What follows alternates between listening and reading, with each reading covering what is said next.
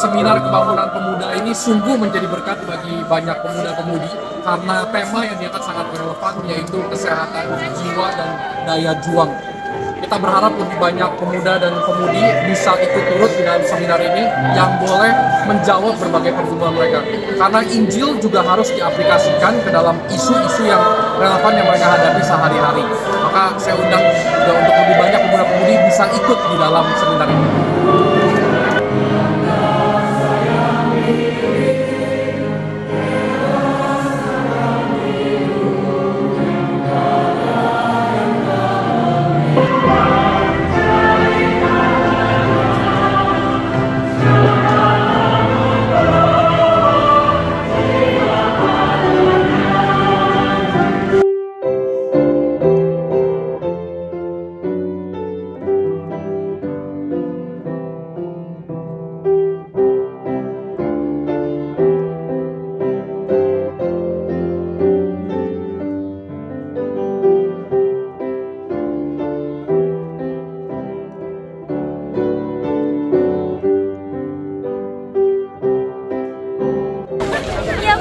Firmannya sangat membangun, apalagi buat kita nih yang sering bilang mental health-nya terganggu gitu ya, padahal itu self diagnosis aja gitu. Jadi hubungannya sama Injil itu sangat terbekat gitu, karena kita juga sebagai pemuda Kristen gitu ya harus bangkit, harus bangun, melawan, jangan berada di zona nyaman kita terus. Terima kasih untuk firmannya Bapak Jimmy, Pak Dede.